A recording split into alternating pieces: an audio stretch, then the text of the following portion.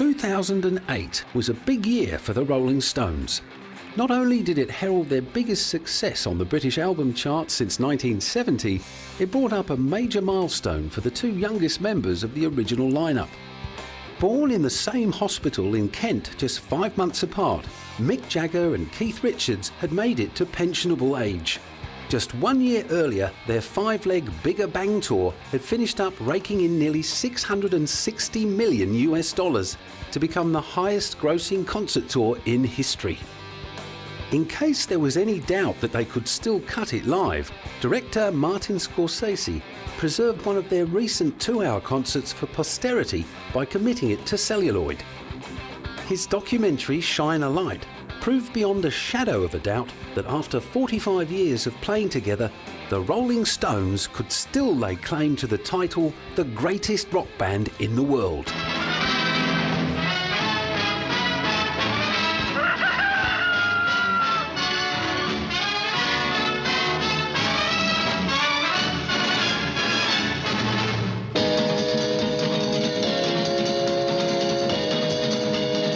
Just another lot of hitchhikers. That's what they look like to motorists speeding towards Hull. You can't blame the drivers. They're keeping their eyes on the road the way Ernie Marples wants them to. Little do they know they're having their legs pulled, because these apparent hitchhikers, so blandly ignored, are 5 of the most famous young men in show business, the Rolling Stones. The destination of the Rolling Stones. The story began back in London in 1962 with a 20-year-old guitarist's determination to form his own rhythm and blues band. Brian Jones, who gave himself the stage name Elmo Lewis, persuaded Mick and fellow guitarist Keith to join him, and along with Dick Taylor on bass, Ian Stewart on piano and Mick Avery on drums, they played their first gig as the Rolling Stones at the Marquee Club on the 12th of July 1962. By December, Dick Taylor had been replaced on the bass by Bill Wyman, and when Mick Avery left, the boys already had their eye on a drummer from another band. It was a blues band, and they came and sat in. I knew Brian first of all, and then I met Mick and Keith. And Mick was a singer with Alexis. He had about 4 singers that he'd alternate whoever was available, really. That's how I first met them. And then I suppose a little while went by, and then they just asked me to join. The shy and jazz-obsessed Charlie Watts turned out to be the perfect fit.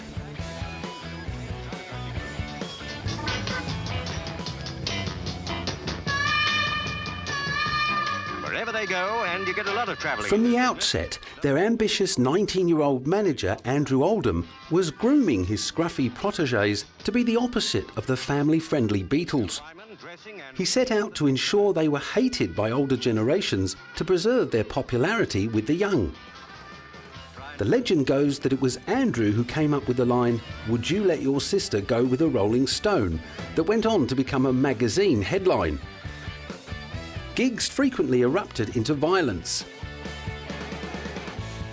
At one concert in Blackpool, Bill Wyman remembers that a gang of drunken Scots made their way to the front and started spitting at the band. After ignoring warnings to stop, Keith allegedly kicked one of them in the head.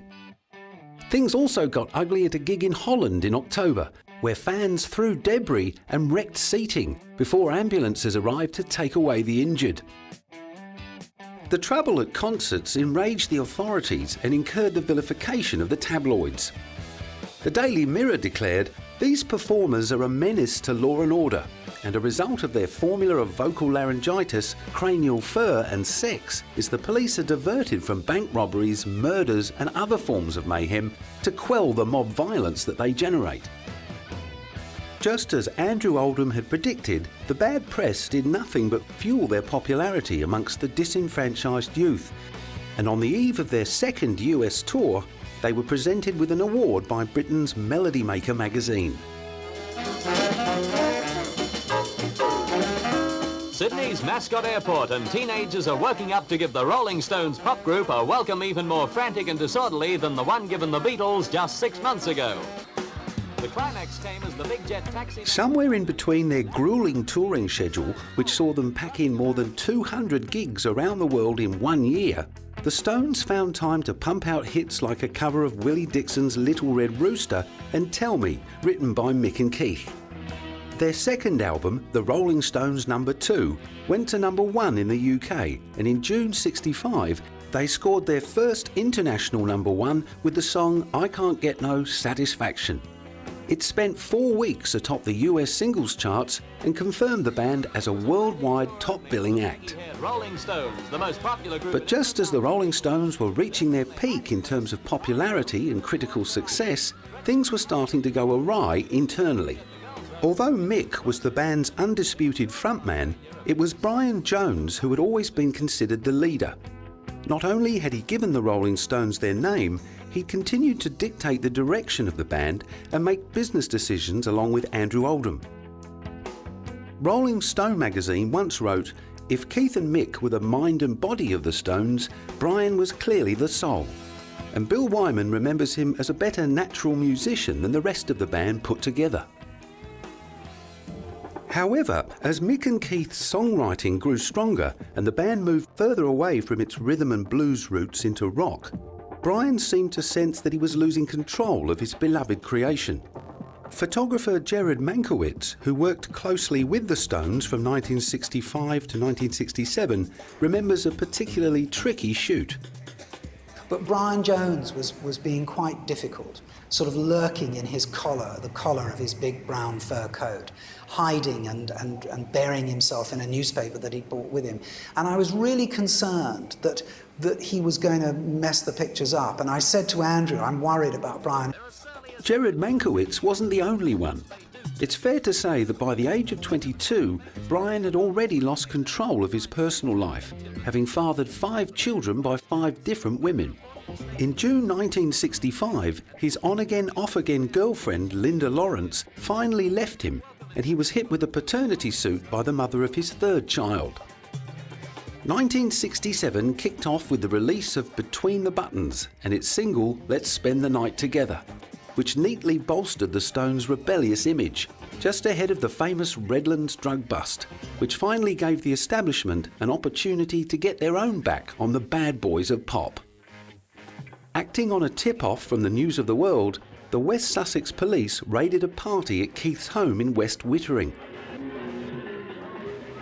The story goes that when the police arrived at around 7:30 on a Sunday evening, Mick's girlfriend, Marianne Faithfull, was sitting between 2 men on the sofa, wearing nothing but a furskin rug. Mick was arrested and accused of unlawfully possessing amphetamine tablets, while Keith was charged with allowing his premises to be used for the purposes of smoking Indian hemp. But if things were looking grim for them and their co-accused, Robert Fraser, poor old Brian was in even worse shape. After spending his 25th birthday in hospital, Brian's stormy relationship with Anita Pallenberg had ended with Keith whisking Anita off to Spain. On the day of Mick and Keith's arraignment in Chichester, Brian and his friend Prince Stanislas Kloskowski were arrested for possessing drugs after a raid on Brian's flat turned up hashish, prescription pills and traces of cocaine. While Brian confessed to smoking pot, he denied using anything harder. Whether or not he was telling the truth, Brian's claim was backed up by the observation of Jared Mankiewicz. The grittier aspects of touring, the sexier, druggy aspects of touring, were actually not very prevalent. I mean, there weren't a lot of drugs around. There was some alcohol, there was a bit of dope, there wasn't really anything heavy. And if there was, it was kept very much in the background. I wasn't really aware of it at all. Brian was to be condemned to a nervous wait while his bandmates sat trial. First, it was Mick's turn. After a morning in court, Mick and Robert Fraser were rather peckish. Mick ordered prawn cocktail, roast lamb with mint sauce, topped off with fresh strawberries and cream, while Robert enjoyed a lunch of ice melon, salmon salad and fresh fruit. Each of them washed their meals down with half a bottle of Beaujolais at 10 bob apiece. The wine may have helped soften the blow of being found guilty and slapped with a 3-month sentence. Keith ended up receiving a 1-year stretch. The establishment had put the Stones on notice that the honeymoon was over. However, the following month they were set free on appeal, and at a press conference afterwards, Mick shrugged off the role model label that the press seemed so eager to pin on pop stars. I'm not quite sure if this responsibility is quite as great as they make out, because I believe that individuals really make their own minds up more than people think. They really don't follow that much.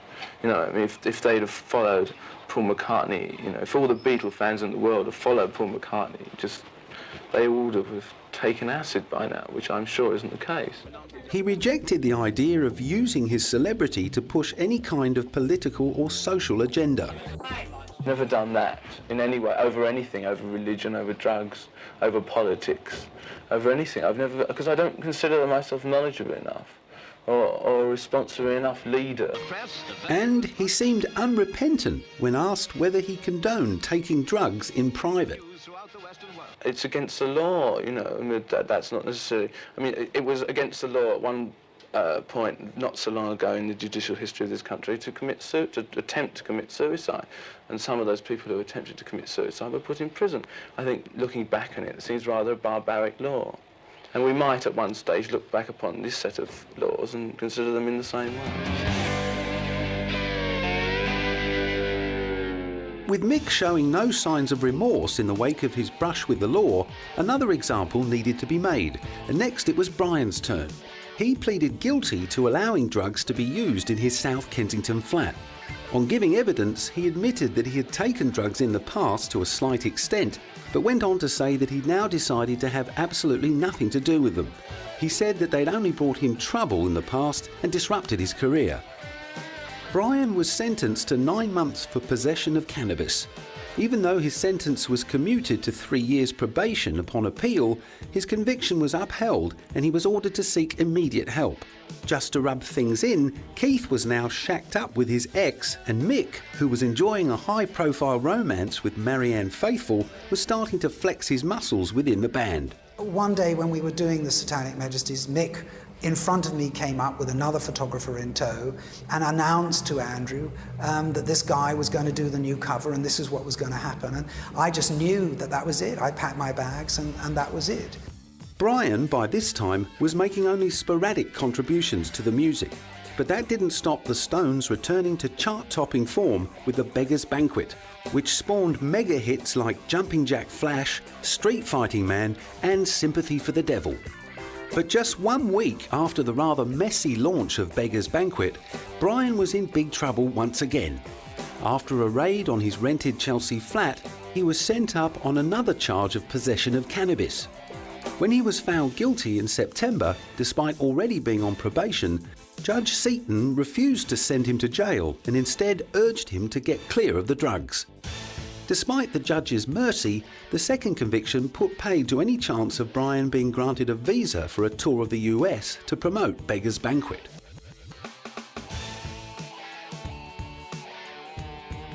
Things were coming to a head, just as Mick and Marianne again fell foul of the law. They were busted for possession of cannabis resin when the police raided their home in Cheyne Walk. While they were waiting for their day in court, the time had come to deal with a more major hindrance to the band's progress. The rapidly combusting Brian, with his declining health, inability to tour and lack of musical contribution to the band, left them nowhere to go. And after Mick, Keith and Charlie drove out to his farm to break the news, Brian agreed to bow out, announcing that the Stones' music was no longer to his taste and that the only solution was to go their separate ways. Without as much as a grace period to let the dust settle on that announcement, the band immediately lined up a photo shoot to trot out their new guitarist, Mick Taylor. Would you like to say a few words? How do you feel about all this? I feel about joining the Rolling Stones? Well, I'm very sort of happy to be joining them, you know. Good. I think things are going to go really well when we start working. Just like that, the soul of the Rolling Stones had been removed and replaced, and it was business as usual. 3 weeks later, Brian Jones lay dead at the bottom of a swimming pool at his home in Sussex. After spending the night drinking and watching TV, he and 3 friends had gone for a swim. Brian was left on his own in the pool, and when one of the women returned to check on Brian, who suffered from asthma, she found him lying motionless under the water. Attempts to revive him failed, and he was declared dead just before 1 a.m. on the 3rd of July 1969. The coroner declared death by drowning, drugs and liver degeneration after an autopsy revealed that he had been suffering from pleurisy and an enlarged heart at the time of his death. While there have been many conspiracy theories surrounding Brian Jones's death, Bill Wyman remains convinced it was an accident and that Brian himself would not have been surprised at his passing. He recalls that when Keith Richards once predicted he would never make 30, Brian's simple response was, "I know." With a free Rolling Stones concert scheduled in Hyde Park 2 days later, the press was awash with speculation that the show would be cancelled out of respect for Brian. But the concert went ahead as a tribute to the dead guitarist. More than 250,000 fans for once gathered peacefully to hear Mick give a brief speech and then read an extract from Shelley's Adonai as a eulogy to Brian. The band played for an hour in the sweltering heat, and just as quietly as they had arrived, the crowd respectfully melted away. After that tribute, Mick remained true to the spirit of the band's name and kept on rolling.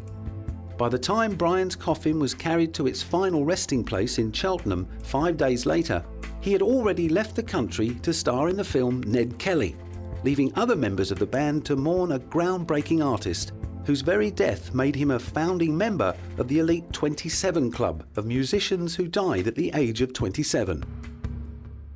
Meanwhile, things were going badly for Mick and Marianne. Their relationship had been deteriorating since Marianne had miscarried their daughter the year before, and not long after they arrived in Sydney, she fell into a coma following an alleged massive overdose of barbiturates. Although she eventually recovered, their relationship did not. Tensions were increased by the events at Altamont Speedway in Northern California at the end of the year. The infamous free concert ended in disaster. The 300,000 people who attended were terrorised by the Hells Angels, who were hired as security guards for $500 worth of beer.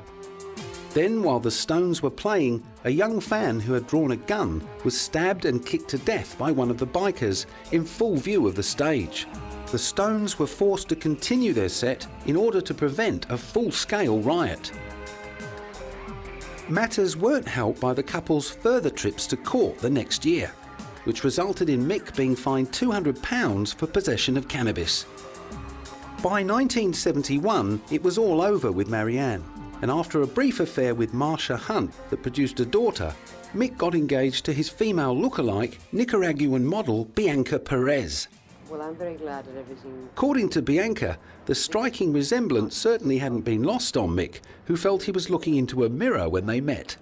She was later quoted as saying, "I want to be frank, Mick wanted to achieve the ultimate in sexual experience by making love to himself."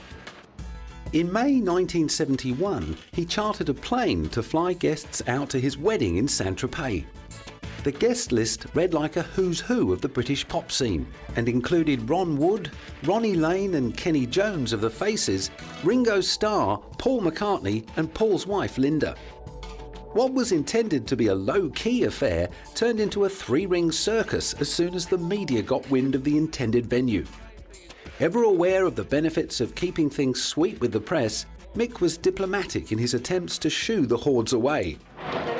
No, I love you all, but I don't think we can do it with you people stuck in our face. He tried it again in French, but they weren't going anywhere. After managing to get through the ceremony in the 17th century Catholic chapel, the frenzy continued outside. Commenting on Mick's wedding to the beautiful Bianca, Keith reportedly said, "The devil certainly looks after his own." The wedding marked the beginning of the Rolling Stones' famous tax exile. After recording and releasing Sticky Fingers on their own record label, the band moved to the south of France on the advice of their accountants. They hung out in Keith's rented villa and recorded in the basement. The resulting album, Exile on Main Street, is now generally regarded as one of their very best. However, the 70s also brought disputes with their American manager, Alan Klein. Drug problems within the band were also deepening, especially for Keith, who was racking up an impressive collection of arrest warrants. The resulting visa restrictions made plotting tours more and more of a logistical nightmare. Amid such frustrations, Mick Taylor quit and was replaced by Ron Wood, who immediately gelled with Keith and seemed able to cope with his excesses, although no one was able to keep him on the straight and narrow. In 1976, Keith crashed his Bentley on a motorway. He escaped unhurt, but at the police station in Newport Pagnell afterwards, the pocket of his jacket was found to contain a small amount of drugs. Keith was fined £1,000, but that was just a warm-up for the big one. In Toronto the following month, he and Anita were busted for possession of 22 grams of heroin. Keith was charged with importing narcotics into Canada, which carried a minimum 7-year sentence upon conviction. He was remanded on bail of $1,000, and as the case dragged on and on, Keith looked almost certain to go down. In the end, he got off pretty lightly with a suspended sentence and was ordered to play 2 free concerts for the Canadian National Institute of the Blind in Ontario. But by the end of the nail-biting ordeal, he was finally ready to swear off the drugs.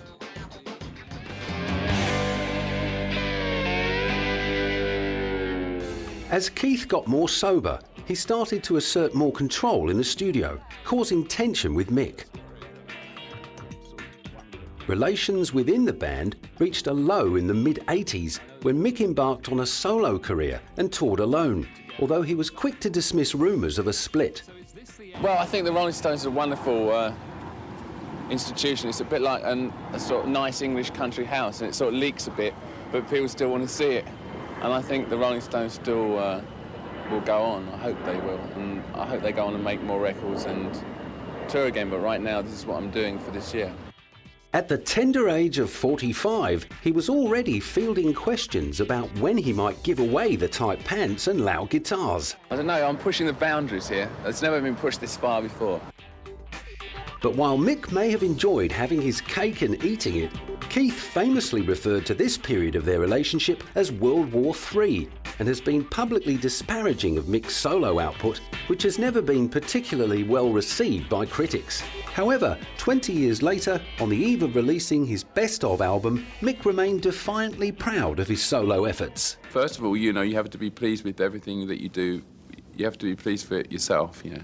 And then when you play it to other people, you want all your friends to like it, and then you want critics to like it, and you know, of course, you want the greater public at large to like it. And I think,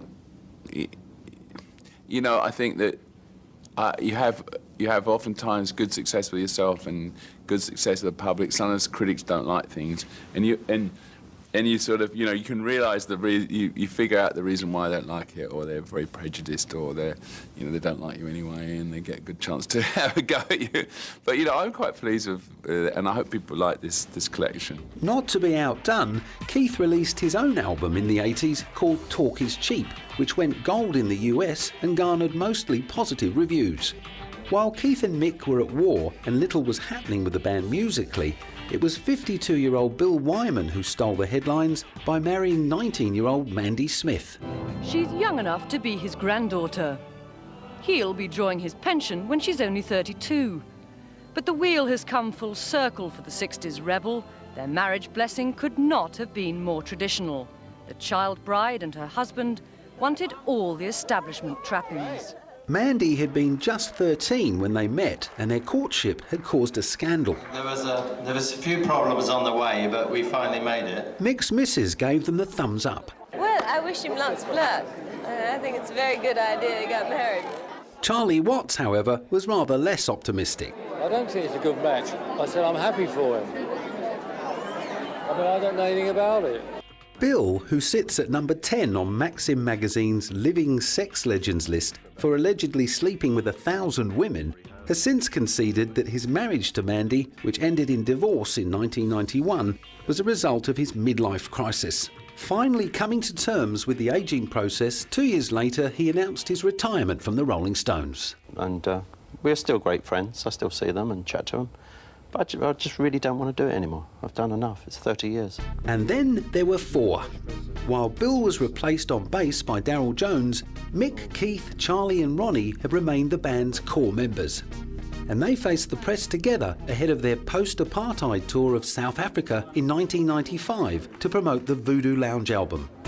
In 1998, they finally managed to take the tour bus to Moscow. At a press conference, Mick explained that they had been trying to get permission to play there for 40 years. And although many of their Russian fans may have preferred to greet their heroes in their heyday, they were still very welcoming of the wrinkly rockers. While the Rolling Stones were playing to packed stadiums in Russia, Bill and his new outfit, the Rhythm Kings, were going back to their roots and playing rhythm and blues in small clubs. The point is, with the Rhythm Kings, there's no limit to what you can do. You can approach anything of any style and from any era with the talent of musicians and singers I've got in the band. You can do anything from reggae to blues to jazz to country rock, to country blues to rock to jump music, reggae, I've said that. Just a whole mixture. And early rock and roll. Bill wasn't the only old Stone who was feeling nostalgic. On the eve of his 60th birthday, Charlie indulged himself by gathering 10 of Britain's top jazz musicians to play a series of gigs at London's top jazz venue, Ronnie Scott's. Not known for being talkative, he did have a few words to spare on the subject of ageing. I'm quite happy being 60 and I'll be quite happy 70. When Mick's 60th birthday rolled around in 2003, he and the rest of the band were invited to celebrate at the British Embassy in Prague. They were in the Czech capital to strut their stuff in front of 60,000 fans at the Prague National Stadium as part of their 40 Licks tour. Although they were still packing them in after more than 40 years of playing together, Mick had to admit that there weren't quite as many screaming female fans as there used to be. It was all men, Charlie says. It was all men. Isn't that what that says? They left all the girls at home, or I don't know. Usually we get a few sort of bits of underwear on the B stage. Last night there's a few Y fronts, but anyway. The 40-year celebrations also included the release of their 4 Flicks DVD. With such a long career behind them, there was no shortage of bonus extras. Yeah, a lot of stuff, like you're there, but you're not. But there's a lot of backstage stuff, but there's a lot of show. There's 3 shows and, a documentary, a couple of documentaries, some sort of bootleg stuff and some old stuff. There's a bit of everything. Keith seemed to be having a little difficulty getting his 60-year-old head around all the new technology. I'm not that way inclined, so I'm still learning. But, hey, DVD is cool, I'm learning. Apparently, one thing that wasn't cool as far as Keith was concerned was Mick's decision to accept the offer of a knighthood. In reaction to the news, Keith is reported to have made it known that he didn't fancy taking to the stage with someone wearing a coronet and sporting the old ermine, and said it's not what the Stones is about, is it? Many of the band's fans were also disappointed with Mick's apparent abandonment of the anti-establishment stance that had brought him fame and fortune. But Sir Mick seemed unperturbed by the criticism as his chauffeur-driven limousine pulled up in front of Buckingham Palace to accept what Keith had described as his effing paltry honour. Afterwards, he appeared suitably gentrified. It was rather wonderfully formal and some wonderful outfits, I noticed everyone. What's rather good is like there's everyone represented from all over England and Wales and Scotland and Ireland and from every walk of life, from historians to beekeepers. This is rather great. A tiny trace of the old anarchy, however, remained in the fact that he had kept Her Majesty waiting 18 months before turning up to accept the honour in the company of his 92-year-old father Joe and 2 daughters. Well, I've been on tour, I chose the convenient date for myself, and the Palace have been very understanding of that, and I'm sure they are with lots of other people. Not everyone can turn up on the first one. I've been on tour, so it's the first date that was good for me, when my family could all be here, I chose. To Keith Richards' complaints, his reported response was, "I think he's a bit like a bawling child who hasn't got his ice cream." But then Sir Mick can never be said to have suffered much from self-doubt. Well, you know, you're always pleased with what you do, you know, otherwise you wouldn't do it. You know? The cock-strutting stage performances that earned him the title of the greatest frontman in the world are a testament to his supreme confidence, not only as a performer, but also in his private life. Over the years, his famous conquests have included Carly Simon, Chrissy Shrimpton, and former Brazilian model Luciana Gimenez Morad. Since splitting up with Jerry Hall in the late 90s, Mick's penchant for larger-than-life lovers has led him into the arms of 6'4" model Loren Scott. Despite fathering 7 children with 4 women, he has only been down the aisle twice. While working on the soundtrack of the 2004 remake of 60s classic Alfie, journalists asked if he saw similarities between himself and the commitment-phobic, womanising main character.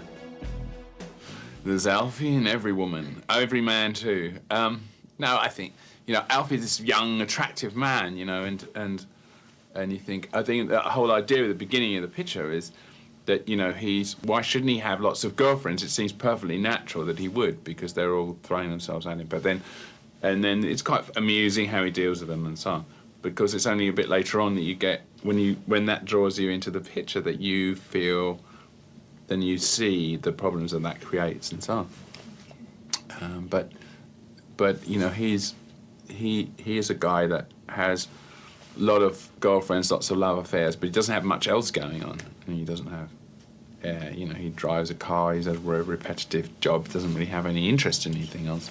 He's not interested in anything, as far as I can work out in the picture, except seducing more women. Well, the same certainly couldn't be said of Mick. Aside from acting in a few movies over the years and writing the odd soundtrack, he also owns his own production company, Jagged Films. Although Mick has been criticised in the past for not lending his celebrity to humanitarian causes, he recently did his bit by dipping into his reported £200 million fortune to finance a pop video to publicise the terrible situation in Sudan's Darfur. All you can do in a very small way for your celebrity in some of these things is to keep the thing in the agenda. Keep it in the public agenda, keep it in the political agenda as much as you can. Then there is his solo work. After more than 30 years of pumping out songs from his various solo projects and soundtracks, he finally sat down to make sense of them in a 17-song collection called The Very Best of Mick Jagger. The process made him quite sentimental. Well, I suppose you're always attached to the beginnings of your career when you're really young, in a lot of ways. And you know, when you're young, so much happens so quickly, and it's all telescoped into this very small time frame, but many things happened. His best of solo album included collaborations with John Lennon and his daughter Karis. Proving that you can teach an old dog new tricks, he even learned a thing or two from Lenny Kravitz. He had this house in Miami, so when I turned out, I thought we were going to be writing together, and I went to his little studio, and he said, "So this is it?" And I said, "Yes, okay." So he plays me this, and it's the track. It's completely the track. It's all him playing, all him drumming, but there's no vocals. And I said, "So yeah, well, I thought we were going to write a song." He said, "Yeah, but now you have to write the lyrics and sing the song." I said, "Well, you know." So he completely finished it, and we didn't get to write it. So it's a very odd way of doing it, which actually worked out. It was fantastic in the end. However, there can be no doubt about Mick's first love. Ever since that first night at the Marquee Club back on July 12th, 1962, his spiritual home has been the stage. You know, I was very blessed with having a lot of energy ever since I was a kid, and, you know, and being very active, and my parents always encouraged me and to keep, you know, in good shape and stuff. And I've always been very energetic, and I don't think, you know, I would feel bad about doing a show if I wasn't really fit to do it. His scratchy vocals and freeform performance style have been ridiculed and parodied countless times over the past 40 years, but no other singer has come close to matching his ability to bring packed stadiums to their feet and keep them there for over 2 hours. What makes it work for me is being interested in what I'm doing and really keen on touring and being excited about getting out there on stage, and also what makes it work for me is the audience and how they're responding and so on. And so, you know, that's what the energy between the two is what really makes it for me.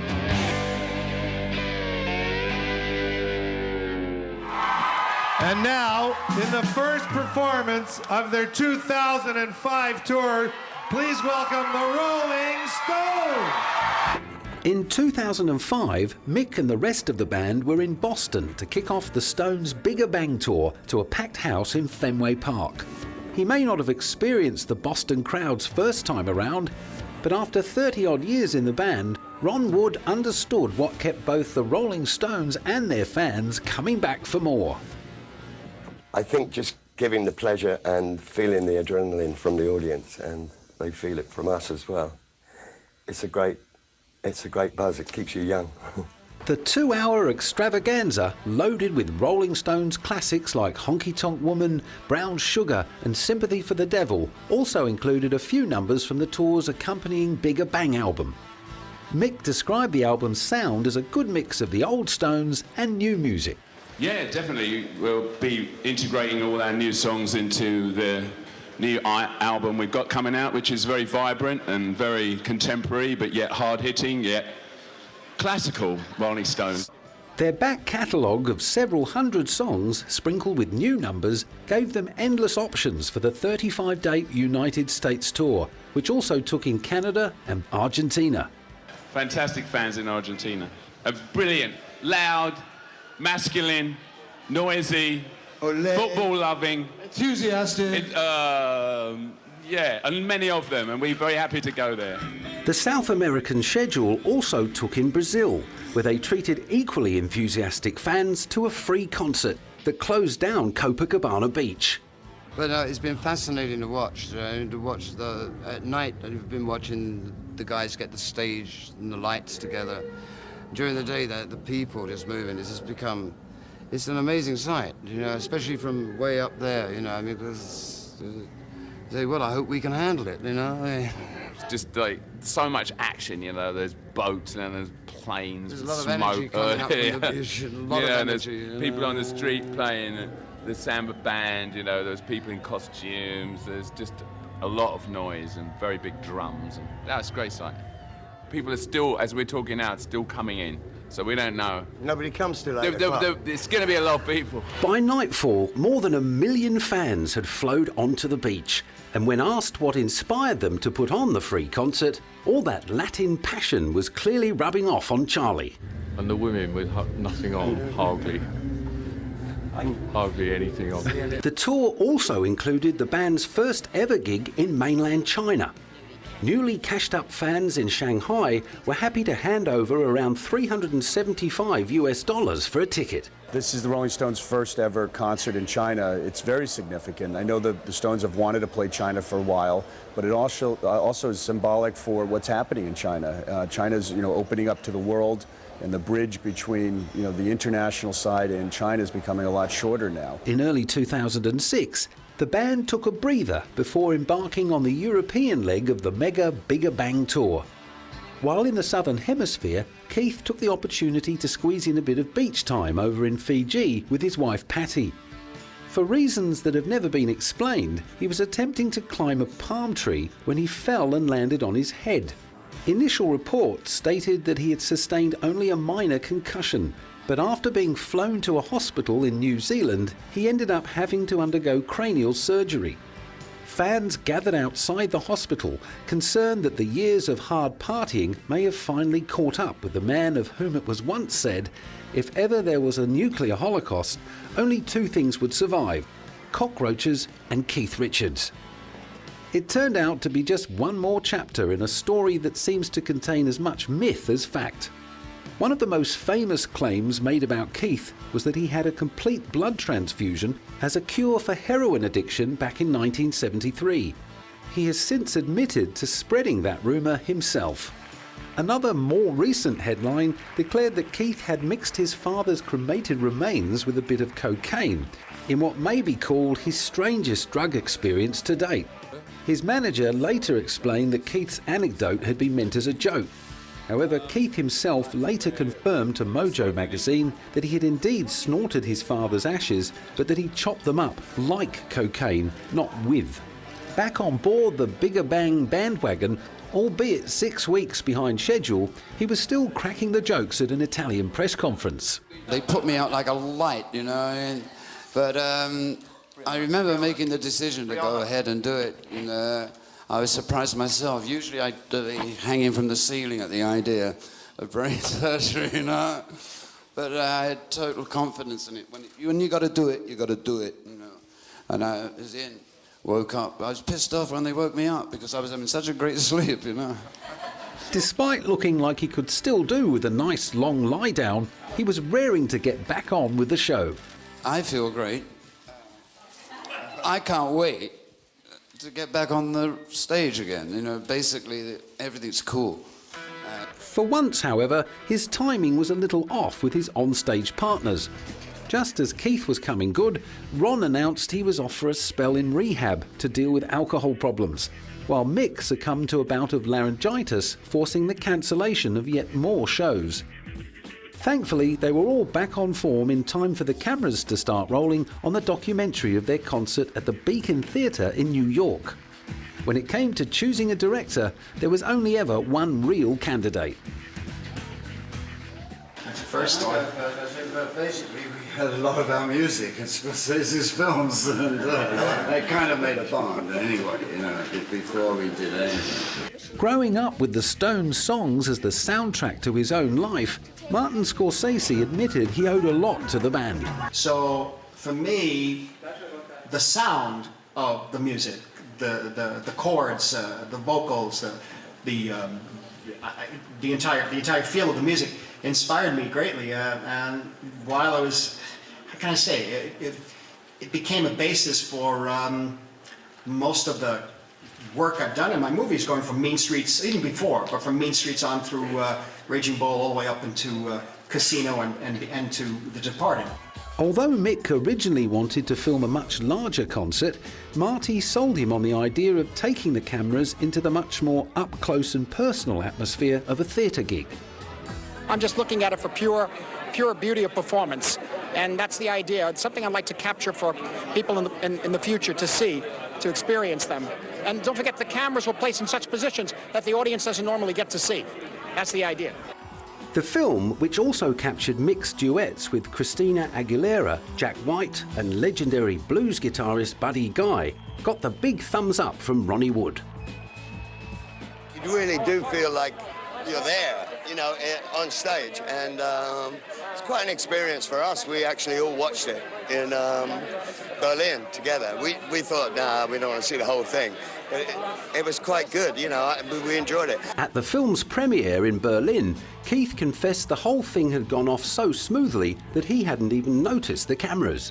Well, this is not acting, this is me doing my thing, and thank God that Martin wanted to capture it. Because, I mean, I had no idea the cameras were on. I mean, I just do my thing, you know what I mean? So whatever comes out is what is, you know. Not that he's adverse to a bit of acting when the opportunity comes his way, as it did when he was invited to play Johnny Depp's father in Pirates of the Caribbean at World's End. That appearance earned him Best Celebrity Cameo at the 2007 Spike Horror Awards. Since then, he's fielded plenty of other acting offers, but nothing has tempted him so far.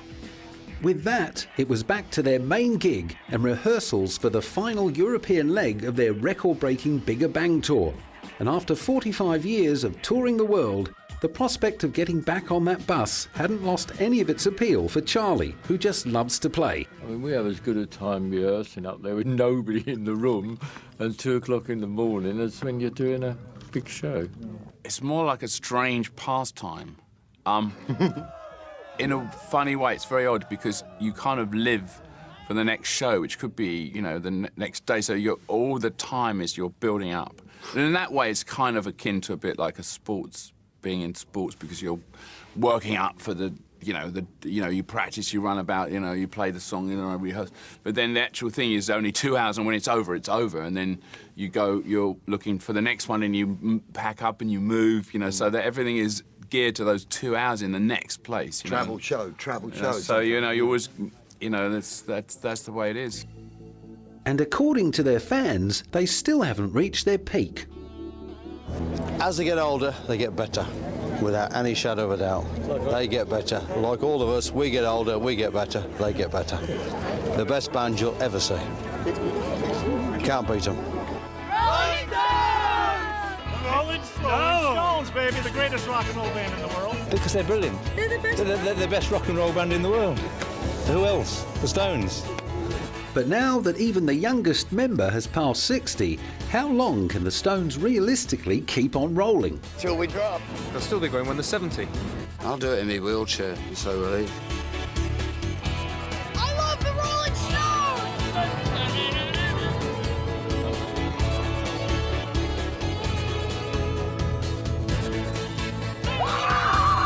It tastes so good.